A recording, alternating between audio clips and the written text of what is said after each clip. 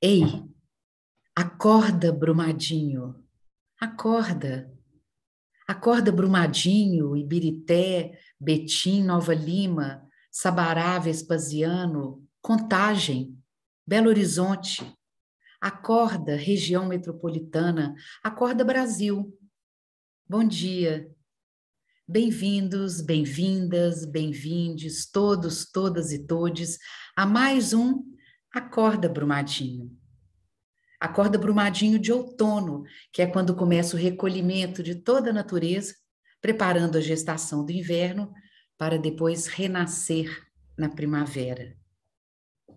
Meu nome é Ângela Mourão e sou eu quem vai conduzir o programa aqui desta manhã. Uma manhã de um dia muito importante, hoje, dia 25 de abril. Faz 48 anos da Revolução dos Cravos, que derrubou a ditadura portuguesa. Esse dia, 25 de abril de 1974, foi o auge de um movimento que pôs fim à ditadura que já existia há 40 anos em Portugal. Nós não podemos, principalmente nesses desafiadores momentos que vivemos, deixar de celebrar a liberdade, para não esquecermos dela. E também a Irmandade Luso-Brasileira, tão cheia de amor e dor. A esta terra ainda vai cumprir seu ideal, ainda vai tornar-se um imenso Portugal. Então, a cultura brasileira, diversa, mestiça e misturada, guardou e ainda guarda traços definitivos da nossa ancestralidade portuguesa, que antropofagicamente soubemos devorar, como nos ensinaram os povos originários que habitam desde sempre essas nossas terras que passaram a se chamar Brasil. E depois, junto com os ritmos e saberes africanos, cantamos, dançamos, representamos, escrevemos, pintamos, fazemos música, cozinhamos, construímos casas, igrejas, templos, monumentos, cidades, e recebemos outros irmãos vindos de outras direções do planeta. Construímos a partir daí uma cultura, uma nação especial, diferente, múltipla, cujo amálgama é a nossa cultura mesmo, tão rica quanto nossas origens, tão diversa quanto a nossa Constituição e provavelmente mais potente que todas as armas que os seres bélicos inventaram. O Acorda Brumadinho de hoje dá sequência à série de programas sobre políticas públicas culturais dos municípios e a participação popular. Vamos falar de algumas iniciativas que a querida vizinha Contagem está oferecendo para os seus criadores, seus produtores de arte e cultura e, consequentemente, para toda a sua população. É bom lembrar que uma das vertentes aqui da Rádio Guará é falar de e para a região metropolitana de Belo Horizonte, e em especial para o Vale do Paraopeba. O nosso convidado é o ator, diretor e gestor público, nesse momento subsecretário de Cultura da Prefeitura de Contagem, Marcelo Bones. E eu vou procurá-lo e vou achá-lo aqui, em algum lugar nessa rede mundial, virtual, para falar conosco. Ei, Marcelo, cadê você, Marcelo? Cadê? Ah, bem-vindo, Marcelo, ao Acorda Brumadinho.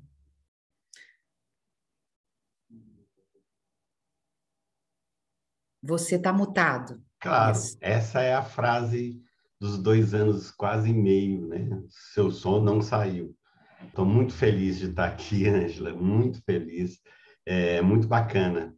Um prazer imenso nessa data tão, né, importante, especial, né? A Revolução dos Cravos, o debate sobre política pública, né? E você, como apresentadora do programa hoje, para me entrevistar, é uma honra e um prazer. Obrigada, Marcelo. Nós E, também queremos agradecer a sua disponibilidade de estar conosco aqui nessa manhã, para esse café virtual. Quero dizer que para mim é uma alegria te entrevistar, te ouvir deste lugar, né? Antes de nós entrarmos no motivo principal do convite que fizemos a você, eu gostaria que você falasse um pouco dessa dupla face de artista e de gestor público. Essa pergunta para nós é importante porque muitos artistas e produtores, ainda hoje, eles preferem delegar as discussões e as ações de política pública para os agentes específicos, os funcionários públicos. E eu já vi você outras vezes falar que você usa muitos crachás, né? Então eu queria te perguntar como que você dialoga entre essas diversas instâncias que você participa, como você se move entre esses espaços, e se isso foi, como que você entrou nisso? Se isso foi uma necessidade ou se foi uma demanda vinda de fora? Enfim, um pouco por aí sobre esses seus crachás. pois é, eu às vezes, muitas vezes brinco disso, né? Que eu tenho muitos crachás. Esses crachás, eu não sei recuperar exatamente a história, na medida que também eu não sei exatamente a partir de que momento começa uma coisa, começa a outra, termina a outra, começa a primeira. Eu não sei realmente definir muito precisamente, cronologicamente, como é que funciona isso.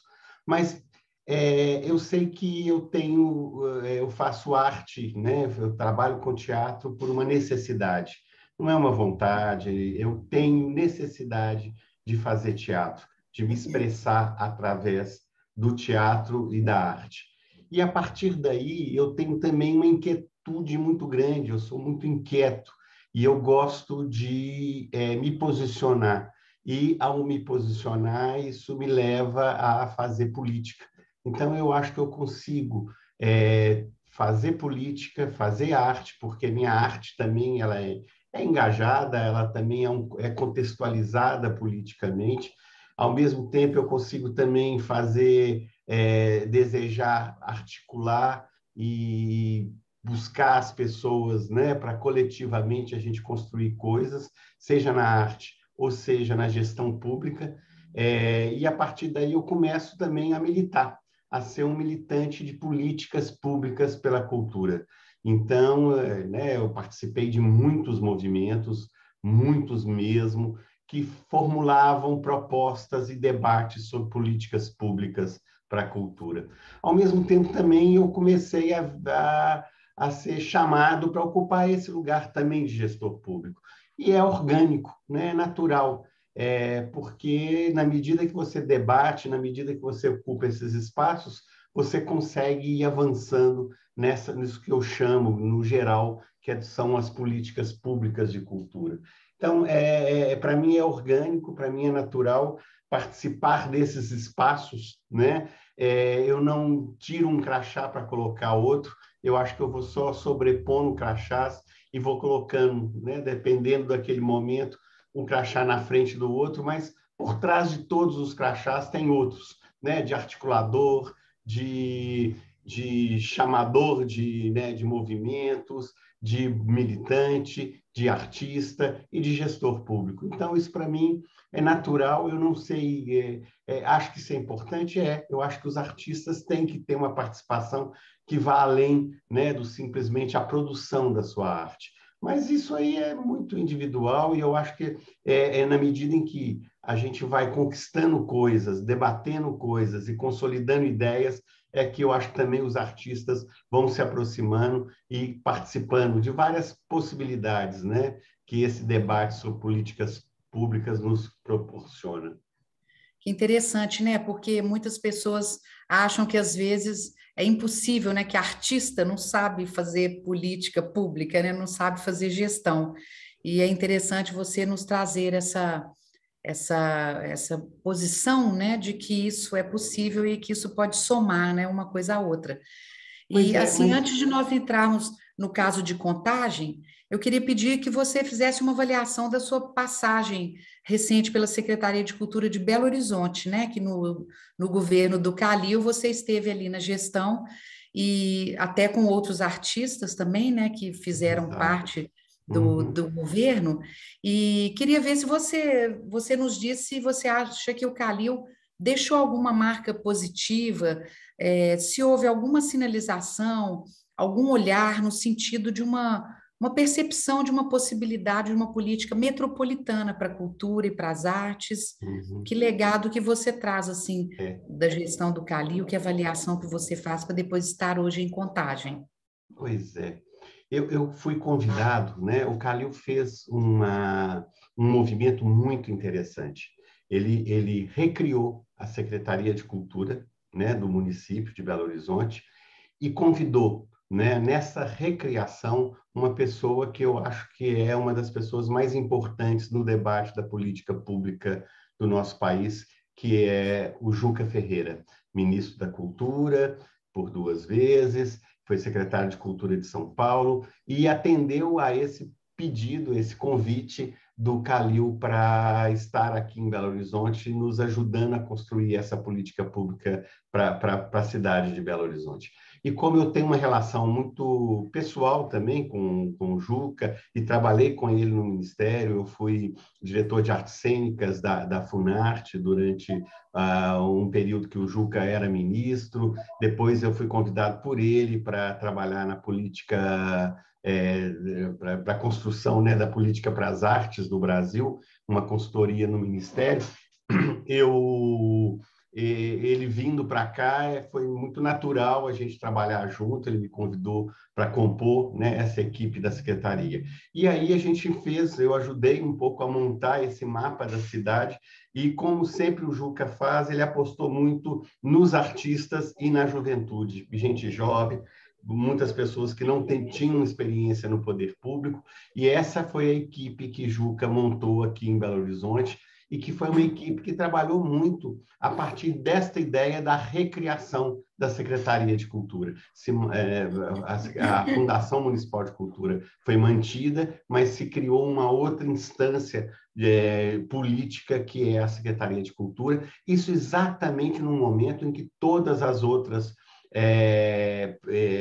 cidades estavam, na verdade, fazendo o caminho contrário, que é dissolver ou aglutinar as secretarias de cultura, inclusive não só cidades, mas estados também.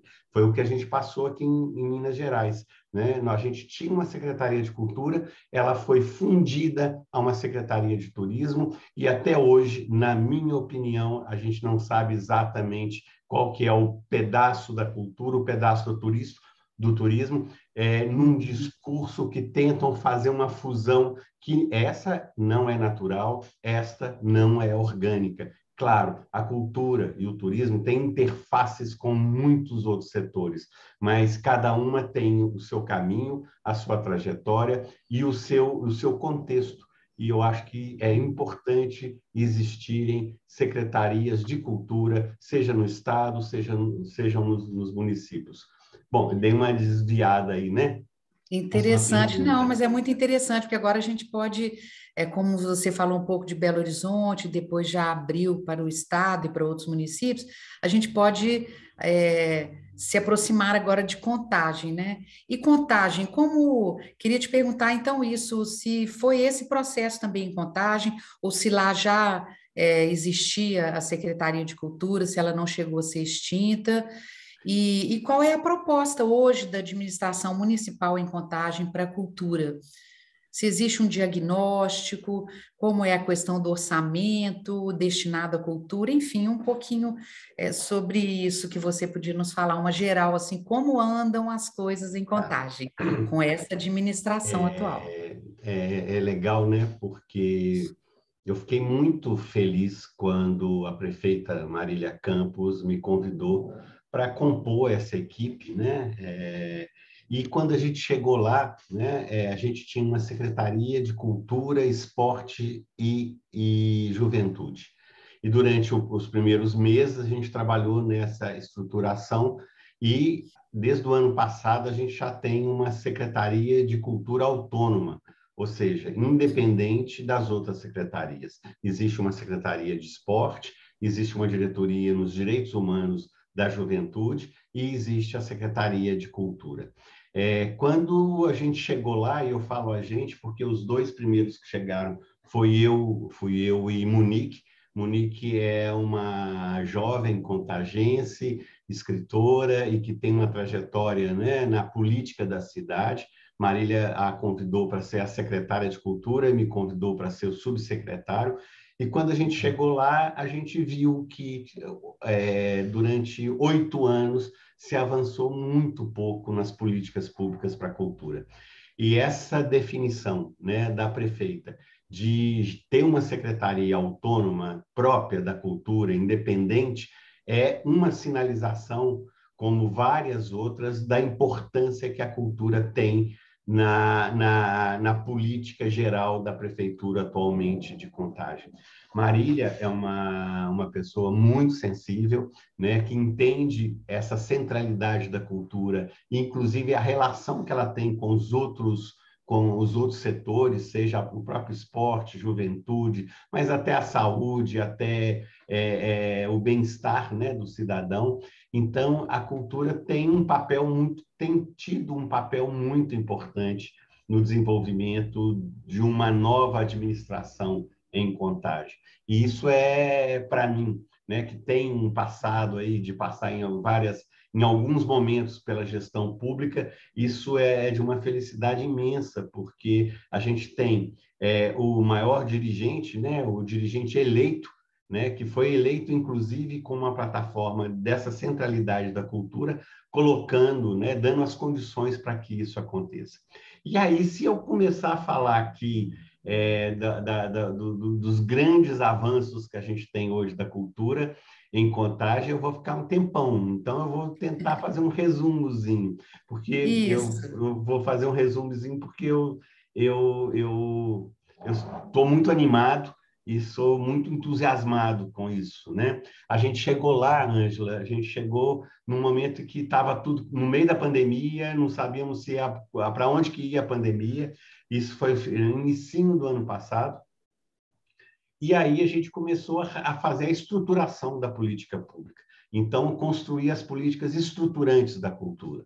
Nós fomos lá para aquele beabá, né? Fomos revisitar o Plano Municipal de Cultura, fomos marcar uma conferência de cultura, fomos pensar novos projetos para a cultura da cidade, e aí a gente se deparou com a questão do fomento, né? A questão dos editais e do fomento da cidade.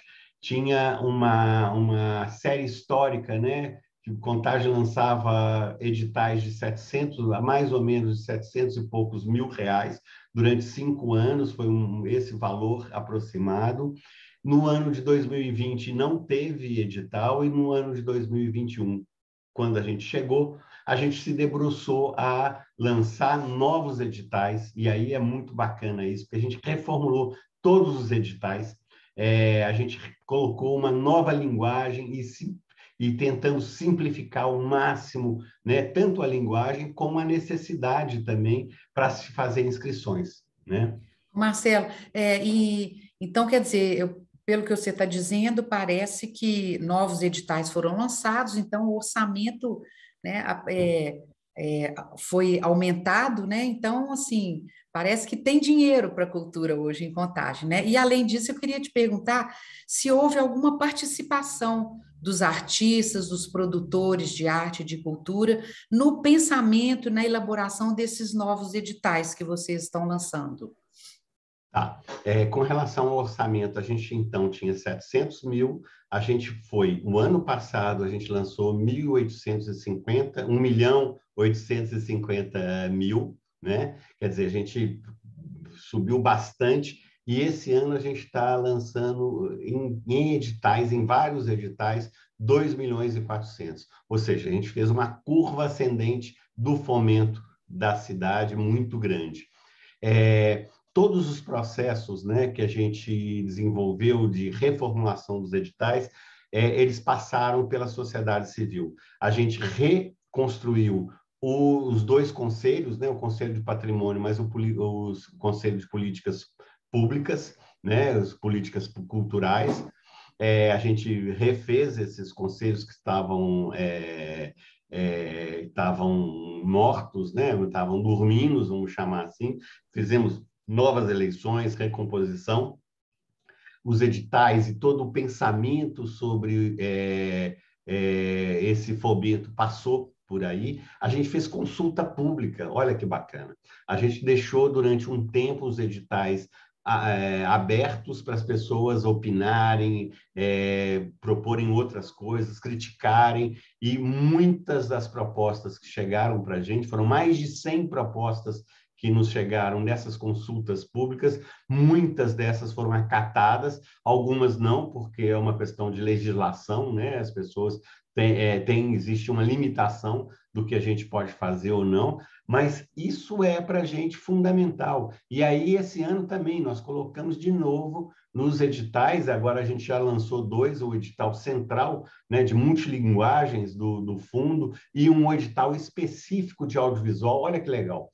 É uma das experiências mais interessantes, porque são pouquíssimas as cidades que fazem editais específicos, inclusive de audiovisual, e isso é um avanço, né? Porque, Ângela, quanto mais a gente cuidar de cada setor, né, mais específico, mais ele vai ser melhor atendido e os outros setores vão ser melhor atendidos. Então, a gente tem esse pensamento. A gente lança um edital central, né, que é o multilinguagens, e estamos tirando, né, dali vários outros editais específicos, setoriais, para atender setores específicos.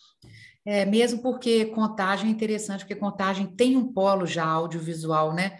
De produção, de artistas, né? Tem produtores, diretores importantes de cinema, né? Em Contagem, filmes que já rodam por aí, em festivais e mesmo em temporadas nos cinemas, né? Então é interessante que a política pública, né? Que a administração consiga perceber as especificidades de cada município, né? E que saiam de um padrão que a lei federal às vezes determina, que é o mecenato, que é o fundo, né, em geral, mas que atenda a situações específicas, porque cada município tem ali a sua especificidade cultural e artística, né? E falando nisso, eu queria te perguntar duas coisas. Primeiro, se os artistas responderam a isso, se tem tido uma grande participação, se com o aumento do orçamento, se aumentou o número de propostas, né, inscritas no edital, e também se pessoas de outros municípios, artistas de outros municípios vizinhos, podem participar desses editais, ou esses são especificamente municipais? Esses editais são hoje para a cidade de Contagem, né? A gente tem uma lei, que é a Lei do Sistema Municipal de Cultura, que define que esses recursos dos editais eles devem estar colocados para dentro da cidade. A participação dos artistas tem sido muito legal. A gente mais do que quadriplicou o número de inscrições. Agora, para isso também a gente fez um mundo de cartilha, manual, capacitações online, né? A gente fez ano passado, se não me engano, 8 capacitações, tira dúvidas, sessões, né? Que as pessoas. Então, a gente, além de ter avançado na linguagem, avançado no recurso, uma coisa fundamental foi também da capacitação, né? A gente explicar o edital e facilitar a vida dos empreendedores culturais da cidade, dos artistas, dos agentes culturais. Isso é fundamental, porque não adianta você puxar só uma corda de um lado e não puxar as outras, né? Você tem que puxar muitas cordas, porque a gente tem que içar, né, uma política pública de cultura de maneira geral, né? E isso acho que me chama a atenção de duas coisas, que uma você tocou um pouquinho atrás, que é um pouco essa ideia da região metropolitana, né? Eu acho que nós devemos ainda, nós estamos devendo não só Contagem, mas também uma reflexão às cidades da região metropolitana. Nós temos uma região metropolitana de mais de 6 milhões. Contagem tem quase 700 mil habitantes. É uma cidade muito grande, né? Belo Horizonte tem 2 milhões e tantos, né? Eu acho que 2 milhões e meio.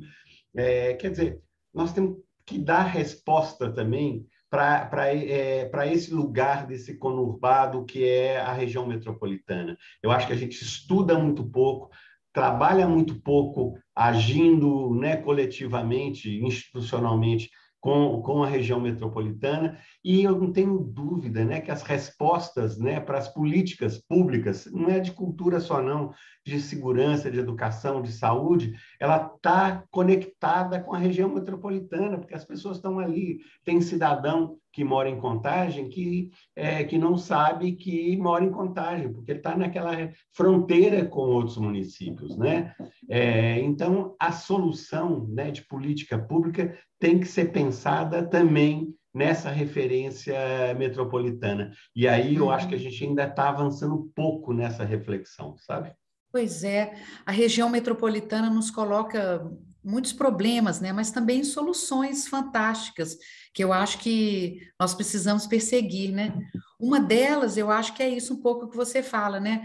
É a compreensão da rede que nos une e que para mantermos nossas diferenças não é necessário criarmos muros ou obstáculos que nos distanciem, né?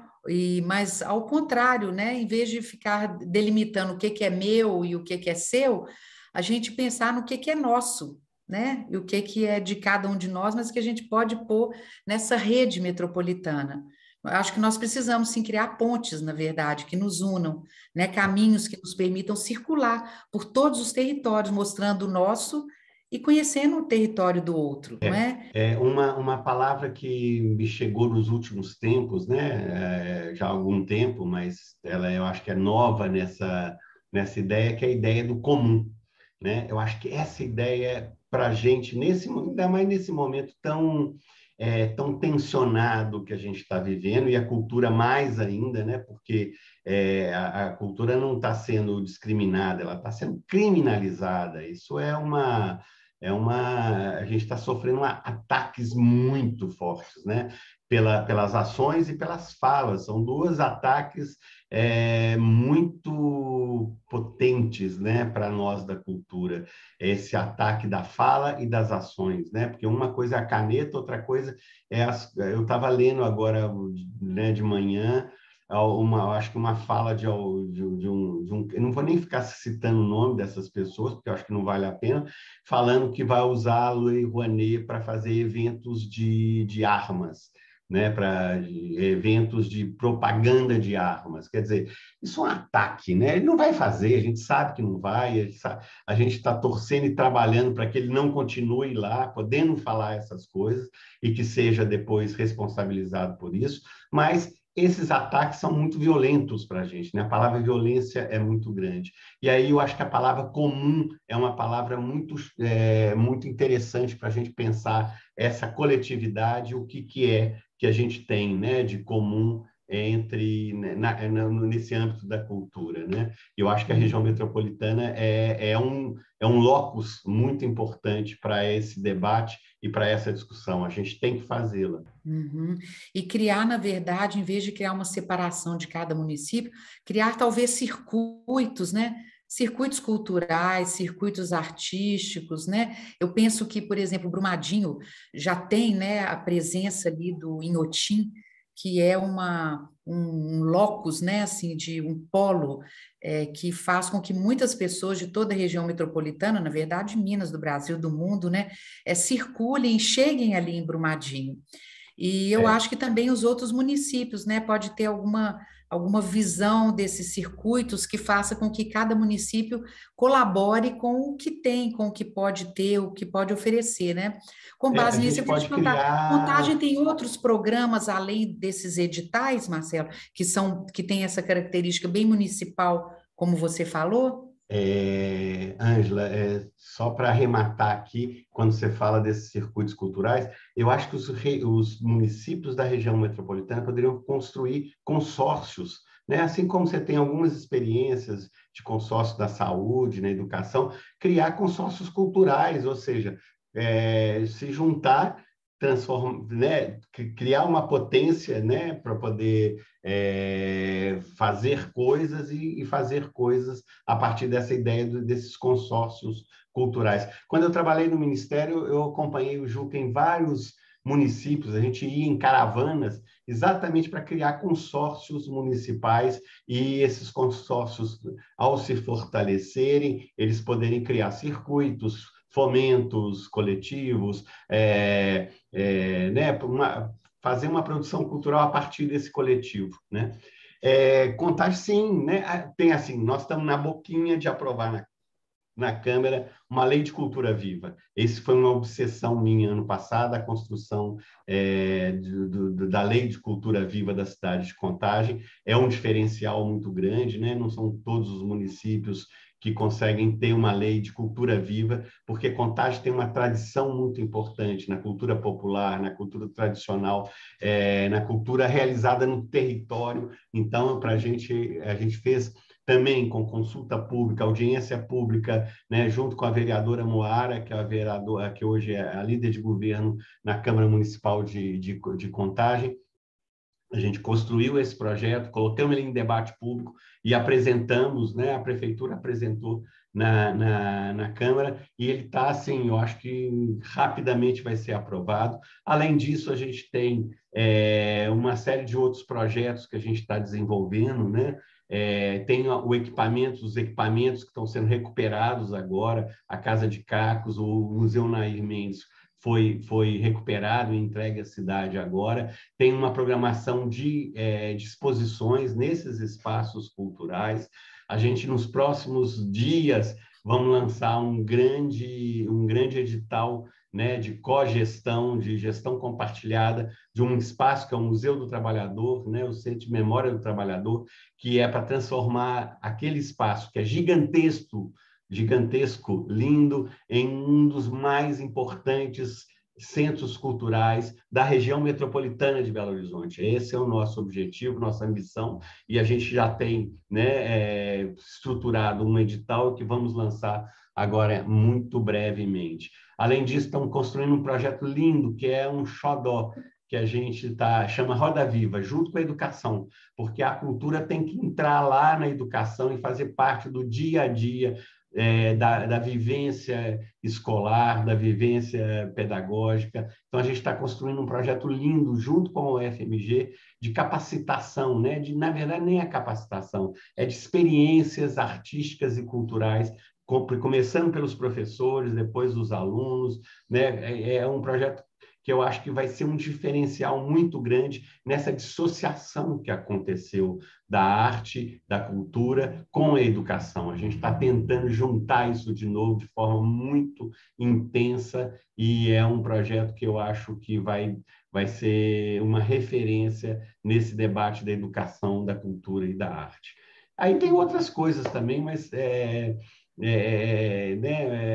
estamos trabalhando muito, isso é muito bacana, e tendo muito respaldo, né? A Monique, que é a secretária, é uma pessoa que tem hoje, né, uma construção que eu acho que é muito importante. A prefeitura tem, né, não só a Secretaria de Cultura, mas todas as outras secretarias têm colocado a cultura como um fator importante no desenvolvimento das suas atividades, e um respaldo da prefeita Marília Campos, que é fundamental e é muito sensível, e eu falo que Marília, né, eu penso assim, que geralmente a gente às vezes tem pessoas que são gestoras, muito boas gestoras, mas às vezes politicamente não se interessam muito pela política.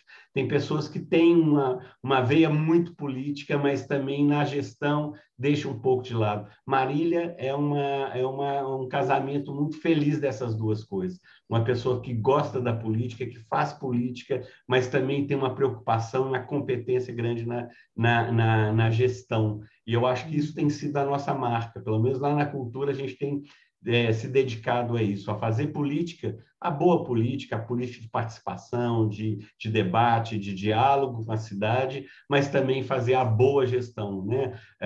São recursos públicos que precisam ser muito bem aplicados, né? A população merece isso. Eu acho que você fala aí para nós do quão é importante a decisão política, né? Sobre, por exemplo, as ações na área da cultura e das artes, né?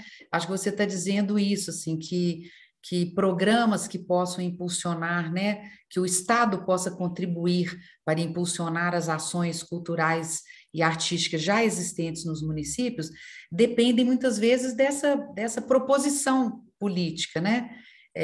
Então, nós artistas, né, é muito importante que a gente esteja sempre ligado a isso e que a gente não só queira participar também e não delegue isso sempre né, pessoas da gestão que não têm ligação com as artes, mas que também a gente busque escolher governantes que não queiram nos criminalizar e nos destruir, mas ao contrário, né? Porque nós somos a construção da identidade, né, dos municípios. Nós, nessa diversidade da cultura brasileira, que falamos aqui no início, né? E que, na verdade, somos os agentes da construção do simbólico entre nós, né?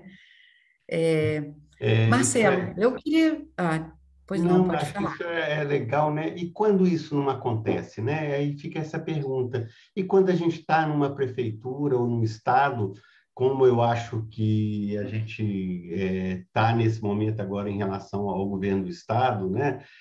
Onde se acabou com a Secretaria de Cultura, onde o discurso quase de autoajuda hoje tenta passar uma ideia de que cultura nasceu junto com a indústria do turismo. Isso não é verdade, né? Quem conhece um pouquinho a história das políticas públicas sabe de que isso não é verdade. Quando isso não acontece, né, que é natural que o dirigente de uma cidade ou de um estado não tenha esse cuidado e essa valorização da cultura na centralidade, né, do simbólico de uma cidade ou de um estado ou de um país, o que a gente faz? E aí eu acho que os artistas, os produtores culturais, os agentes culturais têm um papel fundamental. Discutir isso, né, com a cidade. E, é claro, um movimento em direção à prefeitura, né? De discutir isso lá na prefeitura, com a Câmara Municipal, com a prefeitura, mas também discutir com o seu entorno, né? Com seus vizinhos, né? Porque a cultura não é importante para os artistas. A cultura é importante para as pessoas, né? É ela que constrói, né, uma capa simbólica, né, que nos diferencia um pouco dos animais que a gente chama de irracionais. Acho que a gente precisa pensar um pouco isso. A gente tem que direcionar para a prefeitura, para a Câmara Municipal, para a sociedade civil organizada, né? Seja a OAB, alguma coisa, mas também para o nosso entorno, né? Para os nossos vizinhos, fazendo um letramento, né? Da importância da cultura para as pessoas, né? Para o bem-estar das pessoas, para a construção simbólica da cidadania, né? Eu acho que isso é muito importante. Bom, Marcelo, nós estamos chegando aqui no final do nosso tempo Oh, e eu queria te dizer que foi uma alegria, um prazer te entrevistar, assim, te ouvir, né, a partir desse novo ponto de vista, não é? E eu queria dizer que a gente pode continuar conversando sobre isso, não é? é, E assim, a eu Rádio adorei ver Guará, ela. você também nesse lugar diferente, assim, de me entrevistar. É, Exato. eu achei isso. Eu fiquei até bem com medo, mas achei que foi tão bom, foi tão gentil como você sempre é. Obrigada, obrigada a você também. Por falar nisso, eu queria te convidar para você vir aqui no estúdio da Rádio Guará nesse momento, para que a gente possa revelar para os nossos ouvintes, como diz o Adir, esse nosso segredo de hoje. E a gente Ah, encerrar juntos esse Acorda Brumadinho. Oi, tudo isso. bem? Bom E- dia. Esse é o segredo?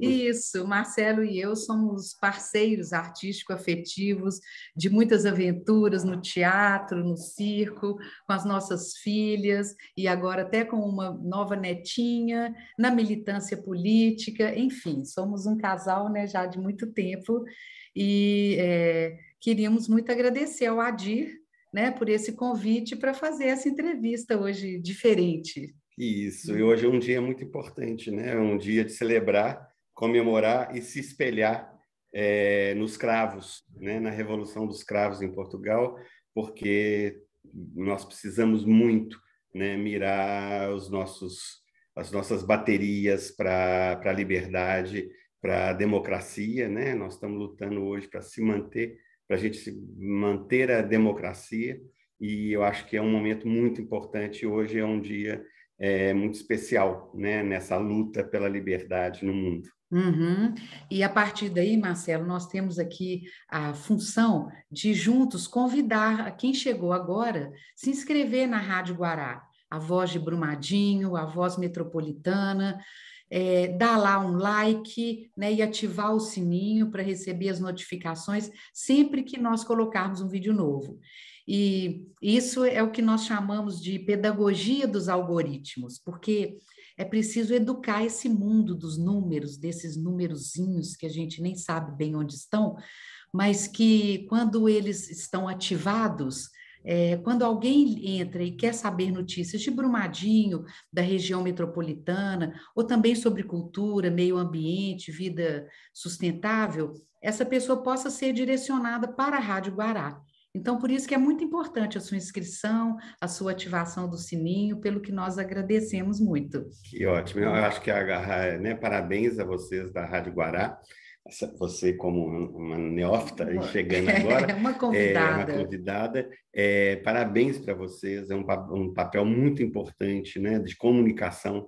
Essa palavra é muito importante nesse momento, comunicação, e esse debate sobre a região metropolitana, as regiões metropolitanas. Uhum. Então, é isso. Muito obrigada por estarem juntos aqui conosco nessa manhã de outono. Deixamos aqui nosso grande abraço para o querido Adir, nosso agradecimento por essa participação e queremos desejar uma ótima semana para todos, todas e todes. Tchau!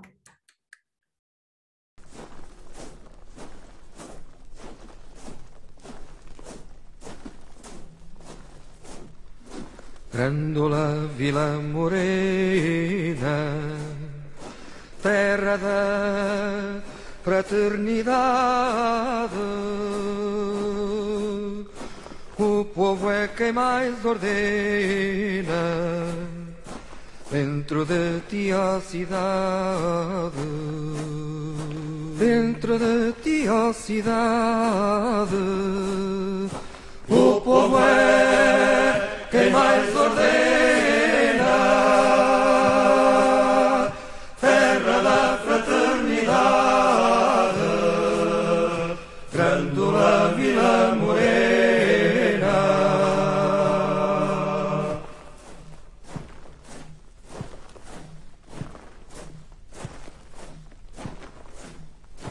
Em cada esquina um amigo, em cada rosto igualdade,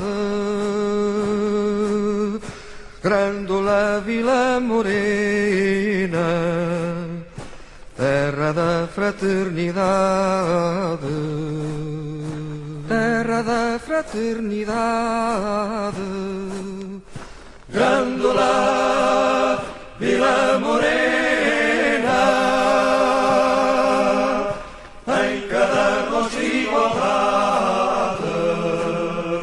O povo é quem mais ordena.